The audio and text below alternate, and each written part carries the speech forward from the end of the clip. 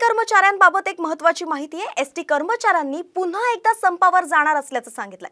महामंडळातील 13 संघटनांनी येत्या 9 ऑगस्ट पासून संपाची हाक दिलेली आहे। त्यामुळे राज्यात लाल परीची चाकं थांबणार की काय अशी परिस्थिती आता निर्माण झालेली आहे। राज्य शासकीय कर्मचाऱ्यांप्रमाणेच एसटीच्या कर्मचाऱ्यांना वेतन देण्यात यावं या प्रमुख मागण्यांसहच इतर प्रलंबित मागण्यांसाठी हा संप पुकारला जातोय।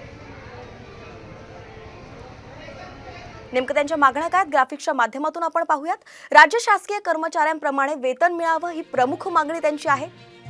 कामगार कराराच्या तरतुदीनुसार थकबाकी महागाई भत्ता सुद्धा मिळावा अशी मागणी आहे। घरभाडे भत्ता आणि वेतनवाढ थकबाकी अदा करावी। 2016 ते 2020 मध्ये जाहीर केलेल्या 4849 कोटींमधील शिल्लक रक्कम सुद्धा मिळावी आणि मूळ वेतनात सरसकट 5000 रुपयांची वाढ करावी अशा त्यांच्या मागण्या आहेत।